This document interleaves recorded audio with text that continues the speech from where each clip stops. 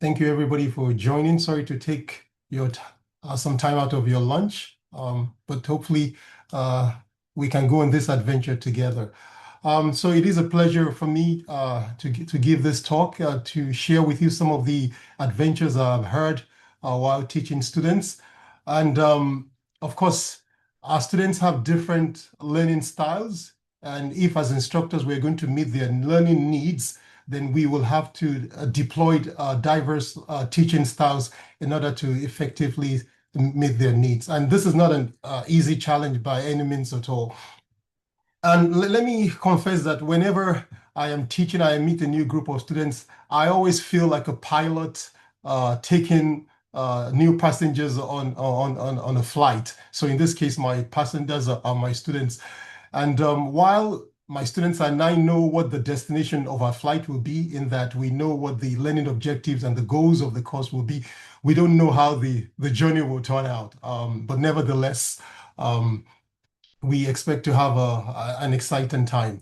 And I mentioned earlier that as instructors, in order to effectively meet the needs, learning needs of our students, we have to deploy different teaching styles. And one of those teaching styles I'm going to mention today is about using models to explain the three-dimensional structures of molecules within the context of teaching the scientific variables to students. And actually, there are several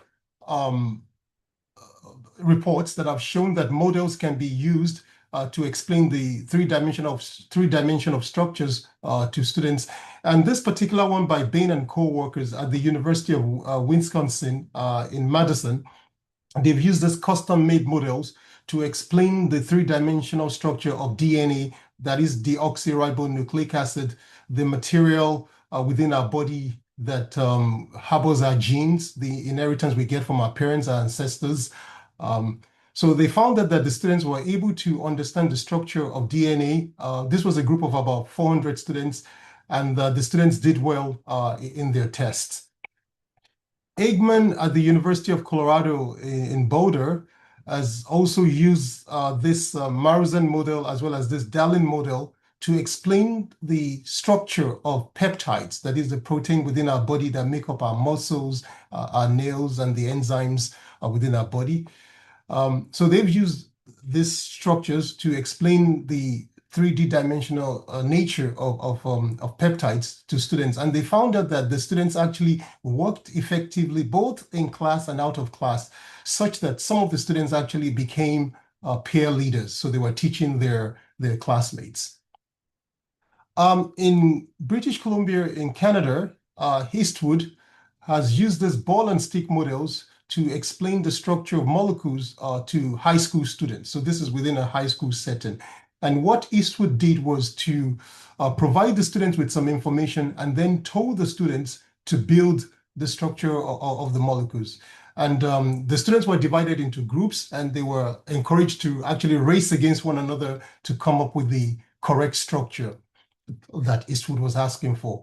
And one can imagine using this type of exercise in a university setting by just reducing the information that is being given to the students so that the question or the exercise became more challenging. In Italy, Basoli gave structures to individual students, particular molecules, encouraged the students to build the structure. And then over a period of several weeks, the students were going to evaluate the molecules from different perspectives. So for example, in a certain week, the students will look at the molecule and explore its history, or in another week, they will look at how the molecule operates in society, or how is it related to the environment. So the students were able to evaluate the molecule from different perspectives. The last example I'm going to give is one by Wong from the University of Hong Kong, who has used this alpha polyhedron models to explain the stereochemistry of molecules to students. Now stereochemistry is just a fancy word for describing the spatial arrangement of molecules. So whether a particular chemical bond was pointing up or down, or was pointing towards the computer screen, or towards you as the listener. Okay. So these are the examples that I gave. So all these examples shows that one can use 3D, one can use molecular models to explain the structure of molecules to students. And I said that I was going to do that within the context of explaining the scientific variables to students. Now, some of you in the audience know very well about these scientific variables, and I have no intention of insulting anybody's intelligence. But for the sake of completeness, I will briefly explain what I mean by these scientific variables. So in science, we have three major variables. The first one being the independent variable. So this is a property that the scientist changes in an experiment. And the scientist changes this independent variable in order to make the connection with another variable, which is called the dependent variable. You can say that this is the result of the experiment. And in order for the scientist to make a credible link between the independent variable and the dependent variable, there are other variables that need to be controlled or kept constant, and we call those the constant variables. So the goal of our activity is to use molecular models to explain these scientific variables to students. Now, let me just provide a bit more context to give the setting that this activity takes place. So we are dealing with first-year students whose first language is not English. It's a very small class size, only just about 12 to 16 students. It's within a 13-week course where the students are going to write a scientific paper that is based on the IMRAD structure. So these are the canonical sections of a scientific paper. I stands for the introduction, the method, the result, and the discussion. We only meet once a week in class for 90 minutes. And outside of class, the students are going to conduct a very simple experiment, an experiment they can finish in 4 to 5 weeks. And the results of those experiments will be used to write a scientific paper of about 1,000 to 1,500 words. It could be more. And they will also have to give a short presentation of about 5 minutes. Now, the material that we're going to use for the exercise are this Maruzen model and this paper from the Journal of the American Chemical Society. Now, you might think that this paper is a long paper. No, it's just a 2-page communication published in 2002 by David Macmillan. And it's based on the reaction between two organic molecules. So in this case, this is an aldehyde. Two of them come together to form this product in the presence of this proline catalyst. Okay, this catalyst is just an amino acid that we can find in nature. Okay, I will provide more explanation about this reaction. So the students are given this paper to read after the first week. So the first week we explain what the scientific variables are, what the scientific process is, and then we give the students this paper, just a 2-page, and then tell them to look for specific information within the paper, which we are going to use in the second week. Okay, and these are the questions that the students have to look for in the question as their homework. They need to look at the paper and look for the hypothesis. They also have to look for the variables. Okay. And I do give the students some hint because I do tell them that, well, you can find the hypothesis in the first column at the bottom. And then when it comes to the variables, just focus on these 2 tables, okay? So the students have been given a bit of hint. So the idea then is that when we come to class in the second week, I tell the students, well, this is one of our main learning objectives for today. We are going to look at the paper that you were supposed to read for homework. The models are also in class, but at this stage, I don't give the students the model. They're just on the table set because I want them to identify the hypothesis in the paper first. So the paper is put on the screen, and then I remind the students that these are the three questions we're going to look at today. So the first question is, what is the hypothesis? So the students, they have a copy of the paper, and then I tell them, well, can anybody tell me what is the hypothesis in that paper? So here's a picture of the students discussing. And then after some time, well, the students came up with some answers. Okay, so in this particular sentence here, it reads, we expect the new variant of the Ajosh-Parrish-Babas List reaction will provide a powerful yet operationally simple protocol for the rapid production of NN2-enriched aldolate architecture. So I then asked the student, so why did you pick this particular sentence as an hypothesis? And so the students will say, well, we expect. Okay, so which is acceptable. Of course, I don't expect them to know any of these technical terms. But I also use this opportunity to provide a bit more information about other information that was mentioned in the sentence. So for example, this Ajosh-Parrish-Babas List reaction is the names of the scientists that discovered the reaction. And in organic chemistry, if you develop a reaction that the scientific community adopts and embraces, then they honor you by christening the reaction with your name. So I then asked the student, are there other sentences within the paper that points to the hypothesis? And then another student would choose a sentence here, which says, on the basis of preliminary studies, we were inspired to investigate whether NN2 selective aldehyde couplings might also be accomplished using proline catalysis, a mechanistic hypothesis based on the documented utility of this amino acid in ketone-based aldol reaction. Of course, again, I do ask the student, okay, why have you chosen this particular sentence as containing the hypothesis? And cheekily, the students would say, well, hypothesis it's in the sentence. Well, of course, that gives a hint away. But more importantly, also is that the sentence says on the basis of preliminary studies, okay, we could use the information to they could use the information in those preliminary studies to design their reaction. So the students at this stage now understand that the hypothesis has to be based on previous work. And I then emphasize that by saying that the paper that we're looking at, which is this one in class, is based on a previous work that was done by List and Lerner and Babas in 2000. The paper that we're looking at was published in 2002, and they based their information on the paper that was done in 2000. And one can notice that in both cases, they use the proline catalyst. They use a different solvent, so DMF here, DMSO here, and the substrates are different. So now that we've sorted out the hypothesis, then there was now time to concentrate on the variables. So I then go in detail to explain the reaction to the students. So as I mentioned before, two molecules are coming together. They're the same molecule, they're identical. They are going to couple or they're going to dimerize to form two products.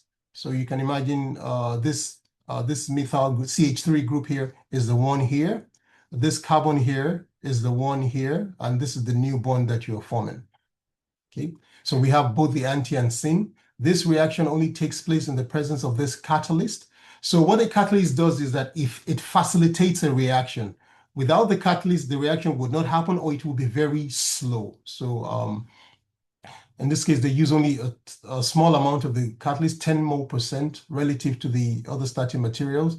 They use different solvents at 1 molar concentration. And this is the temperature, it's at 4 degrees, and the reaction was done for 11 hours. Okay, so I explained this to the students. Then I also now at this stage, I will give the models to the students because I want them to understand what the anti and syn product mean. Okay, so the students all have this model in their hand. Then I just briefly explain to them how to link the model to the structure that I'm showing on your screen. So if you look at this molecule, you can see that there are single lines, chemical bonds going zigzag like this. So that's the straight chain of the molecule.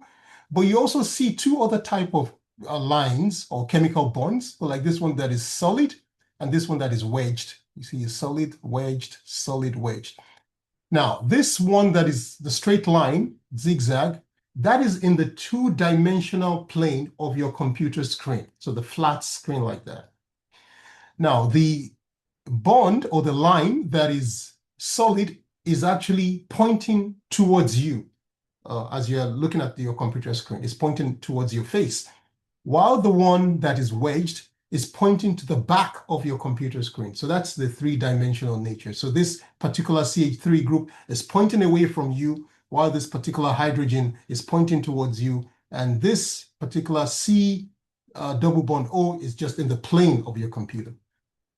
So this product is anti because this OH and this CH3 group, they are opposite. The CH3 group is at the back, the OH is in front. So they are anti to one another, opposite. Whereas if you look at the syn product, the OH and the CH3 group, they are both pointing to the back. So they are on the same side. So that's the difference. Syn, same side, anti, opposite side.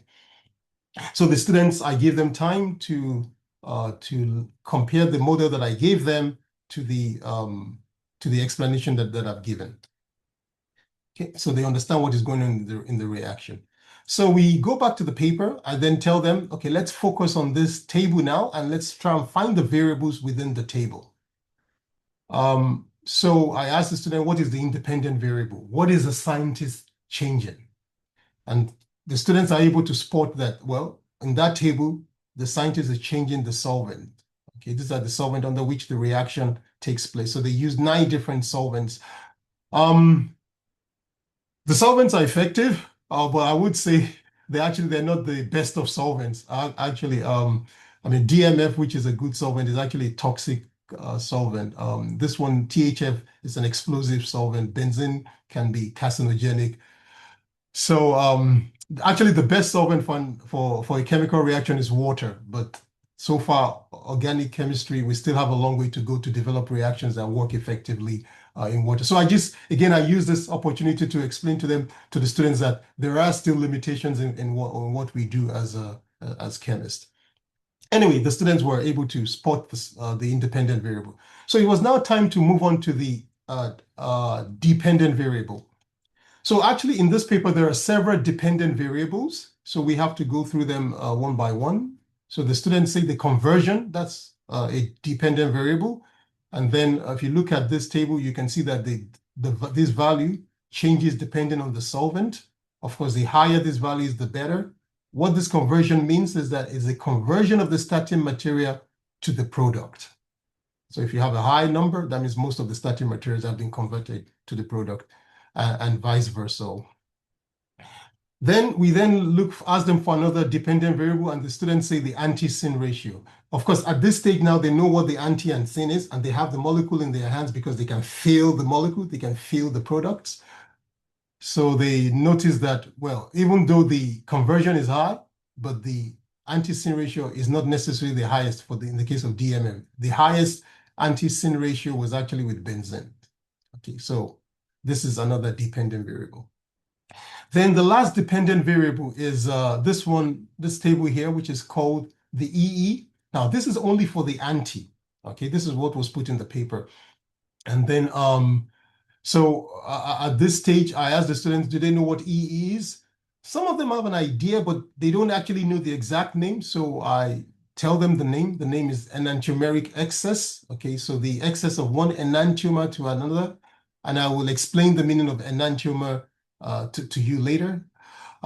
Actually, in this reaction, there are actually 4 compounds formed, okay? So I then tell the student that there is another anti, okay? There's another anti and there's another syn, but I let them focus on the anti first because that's what's in the paper. I tell them there's another anti that can any of the students come and draw that molecule on the board, okay? So let's see some photos of the students playing with the model. So they are divided into groups of 4. So 3 students or 4 students in a particular group. Each group has the set of the molecules, the starting materials, as well as the anti and syn product. So you see them working together, filling the molecules, trying to rationalize the arrangement of the molecule. Because sometimes to see in 3D, on a 2D screen is difficult, so I think the model does help them. Okay, they're playing with it. So I said that I tell one of the students to come and draw on the board what is the other anti-product. Okay, I told you there was another anti-product here in order for us to explain what this EE means. So here, this is the one I drew on the board for them, the anti-product and the syn product. Okay, so anti, this is pointing to the front. This is pointing to the back of the blackboard. The same product, both of them are pointing to the front of the blackboard. So here is what another student drew on the board. And you can see that it's different from the major anti-product in that here, the CH3 or the methyl group, it's pointing to the front, but here it's pointing to the back of the board. The alcohol is pointing to the back of the board, but here it's pointing to the front. Okay, this is the one that was drawn in the paper. So the students come up with this themselves, and I tell them that this is the minor anti-product. Okay, and I say that according to the paper, let's just go back to here. Okay, so the E is for D, let's focus on DMF, it's 99. Okay, so how do you come up with that value? The students at this stage, they're not sure what that 99 value means. So I then explained to them, I then explained to them that in that reaction, the amount of the anti-product form was 99.5. And then the minor anti was 0.5%. And the difference between the two gives us the 99% EE that you see here. Okay. One thing I will also mention is that if you take this major anti-product and you flip it 180 degrees, okay, so that this Me group comes to this side and this hydrogen group comes here, you find out that when you flip it 180 degrees, the alcohol that is here, the OH group that is here, goes to the back. It was in front here, but it goes to the back of the board. It was at the back of the board here, then it goes to the front here. And if you compare these two products, so this is the major anti, and you compare with the minor anti, they are actually mirror images of one another. So if you look at my hand, my hands are mirror images. You can ignore the ring on my hand. So they are mirror images of one another. So these two are enantiomers, and then one is in excess of the other, and that excess is what gives the 99%. So the students are able to understand what this table means. So all that is left now is the other set of variables, which are the control variables. And the students are able to spot this clearly that those are the catalysts. They are using the same catalyst for all the reactions. The amount of the solvent is the same. The temperature is kept constant. And all these reactions were all done for 11 hours so that you can compare the dependent variables with the independent variable accurately. So the students are able to spot the control variables easily. So now that they understood what the variables are and they can spot it in that paper, I then let them work on the second table, and very easily they could spot that the independent variables are the different substrates that were used. Okay, so these are all different molecules. So that's the independent variable, what the scientist is changing. And then the dependent variables are the products, the anti-syn ratio, the EE. In this case, you have the yield. So you have this compound pure in your hand, okay? Whereas in the previous case, it was just a conversion. And then they also spot the controlled variables, which is a condition that was the DMF condition that was obtained in the last table that I showed. So the students are able to recognize it very easily. So I then tell them that why did I pick this paper? Then I tell them that this paper is important because it ushered in a new field of catalysis. Now, before this paper came in, chemists used to use transition metals to make molecules using asymmetric catalysis. Asymmetric means just making unsymmetrical compounds, like the ones I've been showing you, the anti-aldol and the same product. So people used to use transition metals like copper, iron, palladium, ruthenium, and these reactions work very well. However, they have some shortcomings. First, they're expensive. Second, the production of these metals is not good for the environment because you have to mine the earth crust to be able to get this environment. So this is not environmentally friendly. Sometimes the metals can be toxic, although you're using them in very small amount, but they can be very difficult to purify and remove from your material.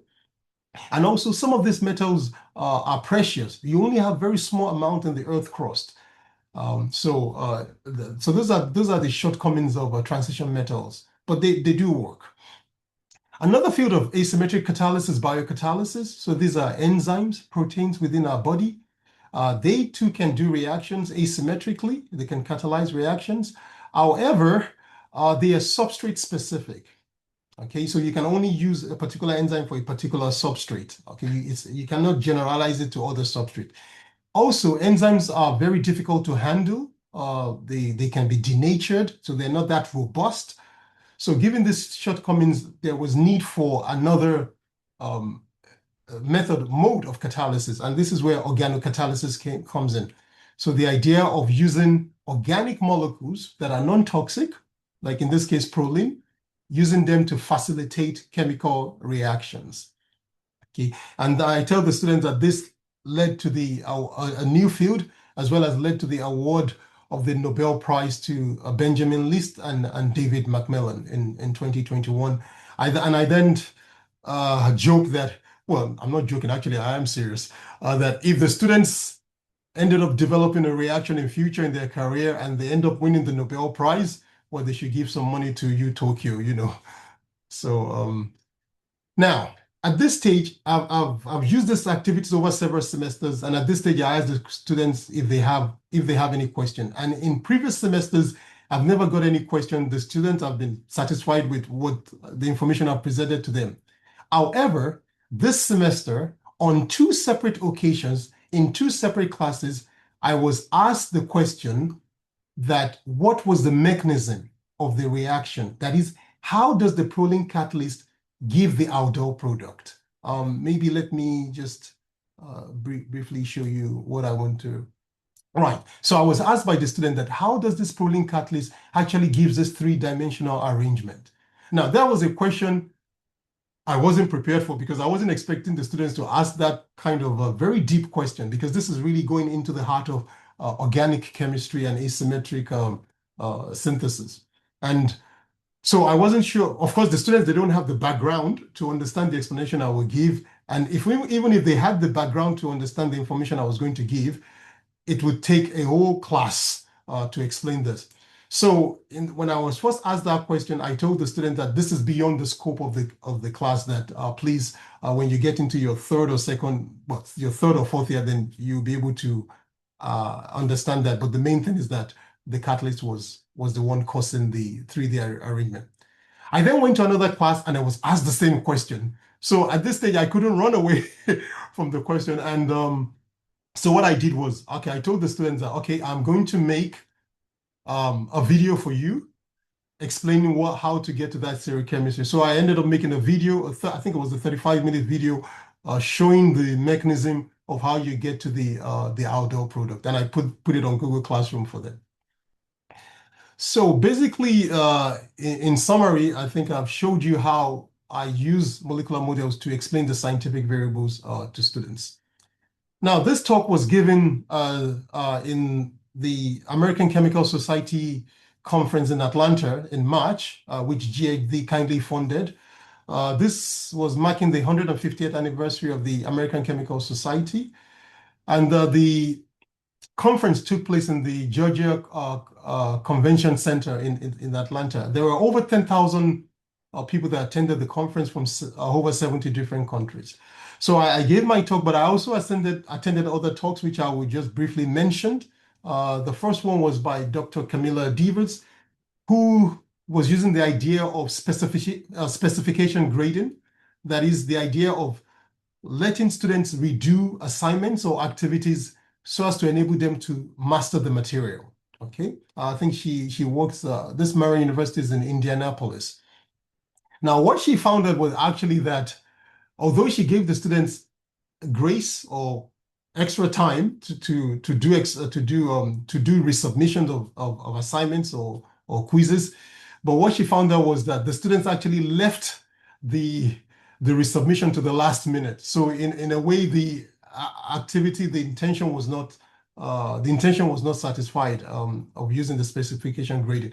So she came to the conclusion that perhaps this is better for upper level students who have good study habits. It may not be good for first-year students. But I should confess that I've actually used this idea in UTokyo here, where I've given some students some quiz, and I've given them the option to resubmit the quiz if they didn't get a full score. And I must say that most of them did resubmit. So I guess it really does depend on the nature of the kind of students one is dealing with.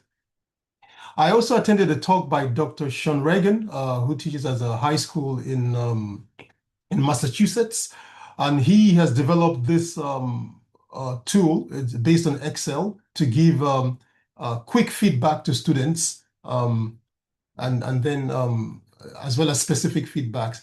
Of course, but one of the challenge of doing this is that one will have to invest time in preparing the tool. This was done with Excel, but also in helping the students to navigate how to use this tool. And one might argue that this tool might not be accessible to all students. The final talk that I want to mention today is the one by Dr. Laura Walter from Ashbury University.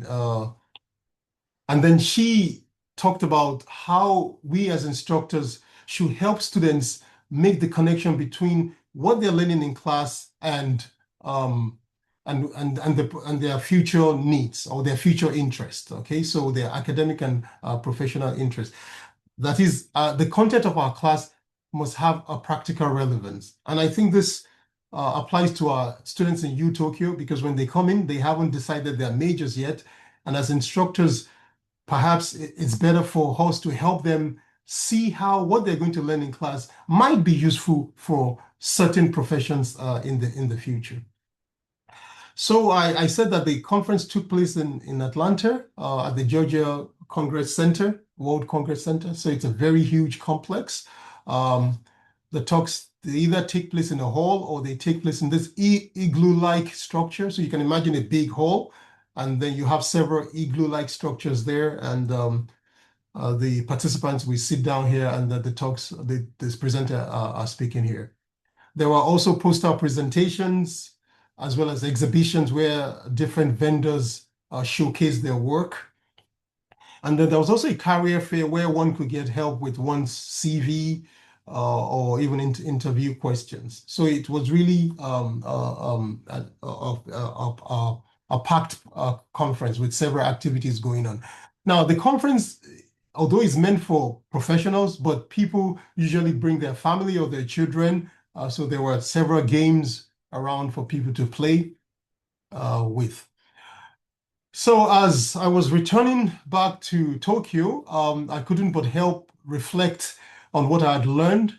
And this is the kind of image I always have in mind when we're about to finish a course. I'm always wondering whether my students have learned the learning objective of the course and how much they have taken with them. So thank you for your attention, and all I just have to do now is to thank GLOBE, which I'm affiliated with here, the Center for Global Education, GFD, for funding this trip, and thank you for your attention, and I will be happy to answer any questions. Thank you.